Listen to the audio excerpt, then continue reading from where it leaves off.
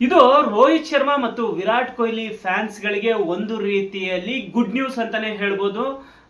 ಏನು ಇನ್ನು ಹತ್ರ ಒಂದು 20-25 ದಿನಗಳ ಕಾಲ ಕಾಯಬೇಕಿತ್ತಲ್ಲ, ಆ ಕಾಯುವಿಕೆ ಈಗ ಇಲ್ಲ. ರೋಹಿತ್ ಶರ್ಮಾ ಮತ್ತು ವಿರಾಟ್ ಕೊಹ್ಲಿ ವಿಚಾರವಾಗಿ ಅವರ ಆಟವನ್ನ ಮತ್ತೆ ಕಣ್ತುಂಬಿಕೊಳ್ಬಹುದು. ಅದಕ್ಕೆ ಒಂದು ಗುಡ್ ನ್ಯೂಸ್ ಸಹ ಸಿಕ್ಕಿದೆ.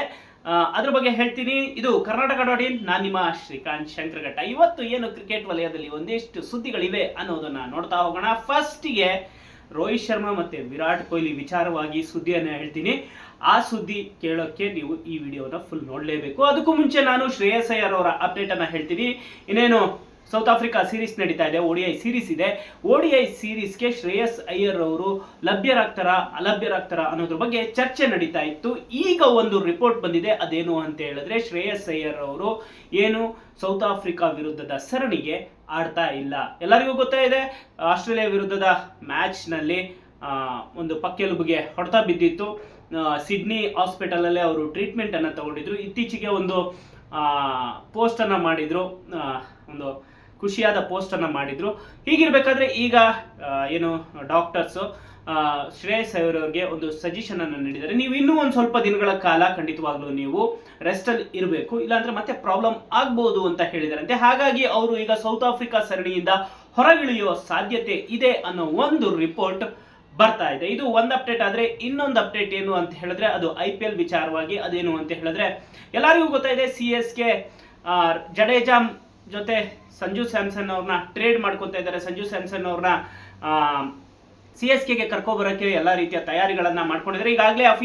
ಈಗಾಗಲೇ ಅದ್ರ ಬಗ್ಗೆ ಮಾತುಕತೆಗಳು ಮುಗಿದಿದೆ. ಇನ್ನೇನು ಅಫಿಷಿಯಲ್ ಆಗಿ ಅನೌನ್ಸ್ ಮಾಡೋದು ಮಾತ್ರ ಬಾಕಿ ಇದೆ ಅನ್ನೋದು ಸಹ ಎಲ್ಲರಿಗೂ ಗೊತ್ತಿರುವ ವಿಚಾರ. ಇನ್ನು ಸಂಜು ಸ್ಯಾಮ್ಸನ್ ಅವ್ರನ್ನ CSKಗೆ ಕರೆತರೋದಕ್ಕಾಗಿ ರಾಜಸ್ಥಾನ್ ರಾಯಲ್ಸ್ಗೆ ರವೀಂದ್ರ ಜಡೇಜಾ ಮತ್ತು ಸ್ಯಾಮ್ ಕರ್ನ್ ಅವ್ರನ್ನ ಕೊಡೋದಕ್ಕೂ ಸಹ ಈಗಾಗಲೇ CSK ಒಪ್ಪಿಗೆಯನ್ನ ಸೂಚಿಸಿದೆ ಅನ್ನೋದು ಕೂಡ ಎಲ್ಲರಿಗೂ ಗೊತ್ತಿದೆ.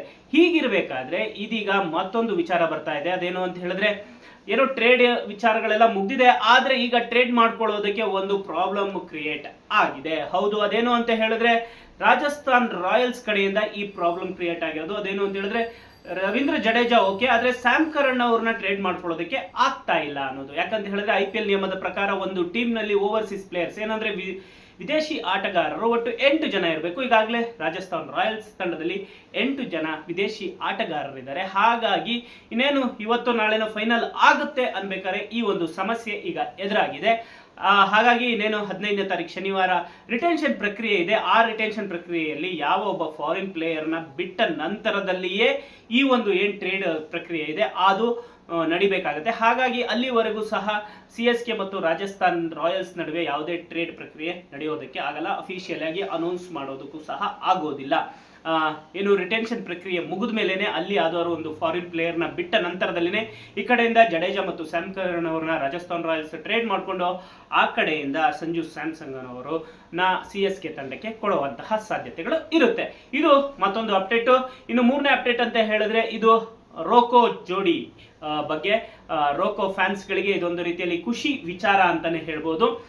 ಅಷ್ಟೇ ಅಲ್ಲ, BCC ಅವರು ಇದೀಗ ರೋಕೋ ಜೋಡಿಗೆ ಏನಿದೆ ಒಂದು ಖಡಕ್ ಸಂದೇಶವನ್ನ ನೀಡಿದಾರಂತೆ. ಅದೇನು ಅಂತ ಹೇಳಿದ್ರೆ, ಇಬ್ರು ಸಹ ಏನಂದ್ರೆ ಬೇರೆ ಬೇರೆ ಮೆಸೇಜ್ ಅನ್ನ ನೀಡಿರುವಂತಹದ್ದು. ಇಬ್ಬರಿಗೂ ಸಹ ಒಂದು ಮೆಸೇಜ್ ಅನ್ನ ನೀಡಿದ್ದಾರೆ. ಅದೇನು ಅಂತ ಹೇಳಿದ್ರೆ, ನೆಕ್ಸ್ಟ್ ಬರುವಂತಹ ODI ಮತ್ತೆ ವಿಶ್ವಕಪ್ ದೃಷ್ಟಿಯಿಂದ, ಟೀಮ್ ಇಂಡಿಯಾದ ದೃಷ್ಟಿಯಿಂದ ನೀವಿಬ್ರು ಸಹ ದೇಸಿ ಟೂರ್ನಿಗಳನ್ನ ಆಡಬೇಕು, ಡೊಮೆಸ್ಟಿಕ್ ಕ್ರಿಕೆಟ್ ಗಳನ್ನ ಆಡ್ಲೇಬೇಕು. ಇದು ಒಂದು ಏನು ಆಜ್ಞೆ ಅಂತನಾದ್ರೂ ಅನ್ಕೊಳ್ಳಿ ಅನ್ನೋ ರೀತಿಯಲ್ಲಿ ಇಬ್ಬರಿಗೂ ಸಹ ಒಂದು ಮೆಸೇಜ್ ಅನ್ನ ನೀಡಿದಾರಂತೆ. ಇವರಿಬ್ರು ಸಹ ಇನ್ಮೇಲೆ ಬಂದು ಇಲ್ಲಿ ಏನು ನಡೀತಾ ಇರುವಂತಹ ರಣಜಿ ಟೂರ್ನಿಗಳಿದೆ, ನೆಕ್ಸ್ಟ್ ಬರುವಂತಹ ವಿಜಯ್ ಹಜಾರೆ ಟೂರ್ನಿ ಇರ್ಬೋದು, ಬೇರೆ ಬೇರೆ ಏನು ಡೊಮೆಸ್ಟಿಕ್ ಕ್ರಿಕೆಟ್ಗಳಿದಾವೆ ಅಲ್ಲೆಲ್ಲ ವಿರಾಟ್ ಕೊಹ್ಲಿ ಮತ್ತೆ ರೋಹಿತ್ ಶರ್ಮಾ ಅವರು ಆಡ್ಲೇಬೇಕು. ಅದು ಟೀಮ್ ಇಂಡಿಯಾ ದೃಷ್ಟಿಯಿಂದಲೇ ನೀವಿಬ್ರು ಆಡ್ಲೇಬೇಕಾಗುತ್ತೆ ಅನ್ನೋ ಒಂದು ಮೆಸೇಜ್ ಅನ್ನ ಇಬ್ಬರಿಗೂ ಪಾಸ್ ಮಾಡಿದಾರಂತೆ.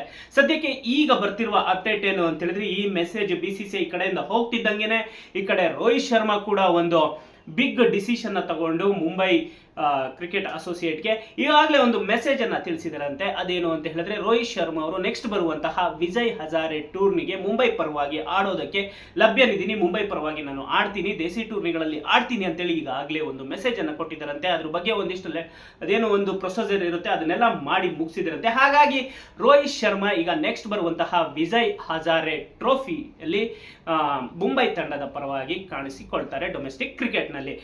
ಇನ್ನು ವಿರಾಟ್ ಕೊಹ್ಲಿ ಅವರ ಕತೆ ಏನು ಅನ್ನೋದು ಸಹ ಸದ್ಯಕ್ಕೆ ಗೊತ್ತಿಲ್ಲ. ಸದ್ಯಕ್ಕೆ ವಿರಾಟ್ ಕೊಹ್ಲಿ ಇಂಡಿಯಾದಲ್ಲಿ ಇಲ್ಲ, ಅವರು ಲಂಡನ್ನಲ್ಲಿದ್ದಾರೆ. ಒಂದು ಮಾಹಿತಿ ಪ್ರಕಾರ ಅವರು ಆಸ್ಟ್ರೇಲಿಯಾ ಟೂರ್ ಮುಗಿದ ತಕ್ಷಣ ಅವರೇನು ಇಂಡಿಯಾಕ್ಕೆ ಬಂದಿಲ್ಲ, ಡೈರೆಕ್ಟಾಗಿ ಲಂಡನ್ಗೆ ಹೋಗಿದ್ದಾರೆ ಅನ್ನೋ ಒಂದು ವಿಚಾರ ಇದೆ. ಹಾಗಾಗಿ ವಿರಾಟ್ ಕೊಹ್ಲಿ ಅವರು ದೇಸಿ ಟೂರ್ನಿ ಆಡ್ತಾರಾ? BCCI ಕೊಟ್ಟಂತಹ ಮೆಸೇಜನ್ನು ಸೀರಿಯಸ್ ಆಗಿ ತಗೊಂಡು ಅವರು ಬಂದು ಇಲ್ಲಿ ಏನು ಡೆಲ್ಲಿ ಪರವಾಗಿ ಒಂದು ಡೊಮೆಸ್ಟಿಕ್ ಕ್ರಿಕೆಟ್ಗಳನ್ನು ಆಡ್ತಾರ ಅನ್ನೋ ಕುತೂಹಲ ಎಲ್ಲ ಫ್ಯಾನ್ಸ್ಗಳಿಗಿದೆ. ಗೊತ್ತಿಲ್ಲ ಏನು ಮಾಡ್ತಾರೆ ಏನಂತೇಳಿ. ಸದ್ಯಕ್ಕಂತೂ ರೋಹಿತ್ ಶರ್ಮಾ ಅವರು ನೆಕ್ಸ್ಟ್ ಬರುವಂತಹ ಎಲ್ಲ ಡೊಮೆಸ್ಟಿಕ್ ಕ್ರಿಕೆಟ್ಗಳನ್ನು ಆಡ್ತಿದ್ದಾರೆ, ವಿಜಯ್ ಹಜಾರೆ ಟೂರ್ನಿಯನ್ನು ಆಡ್ತಾ ಇದ್ದಾರೆ. ಆದರೆ ವಿರಾಟ್ ಕೊಹ್ಲಿ ಅವರ ವಿಚಾರವಾಗಿ ಏನಾಗುತ್ತೆ ಏನು ಅನ್ನೋದು ಸಹ ಇನ್ನು ಗೊತ್ತಿಲ್ಲ. ಸದ್ಯಕ್ಕೆ BCCI ಕೊಟ್ಟಿರುವಂತಹ ಮೆಸೇಜ್ನಲ್ಲಿ ಒಂದು ಕ್ಲಾರಿಟಿ ಇದೆ. ನಿಮ್ಮಿಬ್ರು ನಾವು 2027 ವರ್ಲ್ಡ್ ಕಪ್ ಅಲ್ಲಿ ಆಡಿಸುವಂತಹ ಪ್ಲಾನ್ ಅಲ್ಲಿ ಇದೀವಿ, ಹಾಗಾಗಿ ನೀವು ಡೊಮೆಸ್ಟಿಕ್ ಕ್ರಿಕೆಟ್ಗಳನ್ನು ಆಡಲೇಬೇಕು ಅನ್ನೋ ಒಂದು ಮೆಸೇಜ್ ಅನ್ನು ಕೊಟ್ಟಿದ್ದಾರೆ. ಹಾಗಾಗಿ ಇದೊಂದು ರೀತಿಯಲ್ಲಿ BCCI ಖಡಕ್ ಸಂದೇಶವನ್ನು ಅವರಿಬ್ಬರಿಗೆ ಕೊಟ್ಟಿದ್ರು ಸಹ ಇದು ಫ್ಯಾನ್ಸ್ಗಳಿಗೆ ಒಂದು ರೀತಿಯಲ್ಲಿ ಸಿಹಿ ಸುದ್ದಿ. ಯಾಕಂತ ಹೇಳಿದ್ರೆ ಎಲ್ಲಿ 2027 ವರ್ಲ್ಡ್ ಕಪ್ ಆಡ್ತಾರೋ ಇಲ್ಲ ಈ ಜೋಡಿ ಅನ್ನೋದು ಎಲ್ಲರಿಗೂ ಇದ್ದಂತಹ ಪ್ರಶ್ನೆ. ಆದರೆ ಈಗ BCCI ನೀಡಿರುವಂತಹ ಸಂದೇಶದ ಪ್ರಕಾರ ಇವರಿಬ್ರು 2027 ವರ್ಲ್ಡ್ ಕಪ್ ಆಡೋದು ಪಕ್ಕ ಅನ್ನೋದು ಗೊತ್ತಾಗ್ತದೆ. ಸದ್ಯಕ್ಕೆ ರೋಹಿತ್ ಶರ್ಮಾ ಡೊಮೆಸ್ಟಿಕ್ ಕ್ರಿಕೆಟ್ ಆಡ್ತಿದ್ದಾರೆ. ವಿರಾಟ್ ಕೊಹ್ಲಿ ಬಗ್ಗೆ ಇನ್ನೇನು ಅಪ್ಡೇಟ್ ಬರಬೇಕು ನೋಡೋಣ. ವಿರಾಟ್ ಕೊಹ್ಲಿ ಯಾವ ರೀತಿಯ ನಿರ್ಧಾರ ತೆಗೆದುಕೋತಾರೆ ಅನ್ನೋದನ್ನ ಕಾದ್ ನೋಡಬೇಕು. ಸದ್ಯಕ್ಕೆ ಇದಿಷ್ಟು ಅಪ್ಡೇಟು. ಮತ್ತಷ್ಟು ಅಪ್ಡೇಟ್ಗಳ ಜೊತೆ ಮತ್ತೆ ಬರ್ತೀನಿ. ಅಲ್ಲಿವರೆಗೂ ಫಾಲೋ ಮಾಡ್ತಾ ಇರಿ ಕರ್ನಾಟಕ.in. ನಿಮ್ಮ ಪ್ರಕಾರ ಶ್ರೇಯಸ್ ಅಯ್ಯರ್ ಅವರು ಏನು ODI ಸೀರೀಸ್ಗೆ ಅಲಭ್ಯರಾಗ್ತಿಲ್ಲ, ಅವರ ಪ್ಲೇಸಿಗೆ ಯಾರು ಬರಬೇಕು ಅನ್ನೋದು ನಿಮ್ಮ ಅನಿಸಿಕೆ. ಇನ್ನು ರೋಕೋ ಜೋಡಿ ಮತ್ತೆ ಡೊಮೆಸ್ಟಿಕ್ ಕ್ರಿಕೆಟ್ನಲ್ಲಿ ಆಡೋದಕ್ಕೆ ಬರ್ತಾ ಇದ್ದಾರೆ. ಒಂದು ವೇಳೆ ಅವರಿಬ್ಬರು ಡೊಮೆಸ್ಟಿಕ್ ಕ್ರಿಕೆಟಲ್ಲಿ ಆಡ್ತಿರುವಂತಹ ಮ್ಯಾಚ್ಗಳನ್ನು ನೀವು ನೋಡೋದಕ್ಕೆ ಏನಾದರೂ ಹೋಗ್ತೀರಾ? ಬೆಂಗಳೂರಲ್ಲೇನಾದರೂ ಆ ಮ್ಯಾಚ್ಗಳು ನೋಡಿದ್ರೆ, ವಿಜಯ್ ಹಜಾರೆ ಟೂರ್ನಿ ಮ್ಯಾಚ್ಗಳೇನಾದ್ರು ನಡೆದ್ರೆ ಅಲ್ಲಿ ನೋಡೋದಕ್ಕೆ ನೀವು ಹೋಗ್ತೀರಾ? ನಿಮ್ಮ ಅನಿಸಿಕೆ ಅಭಿಪ್ರಾಯ ಏನಾಗಿರುತ್ತೆ ಕಮೆಂಟ್ ಮಾಡಿ ತಿಳಿಸಿ.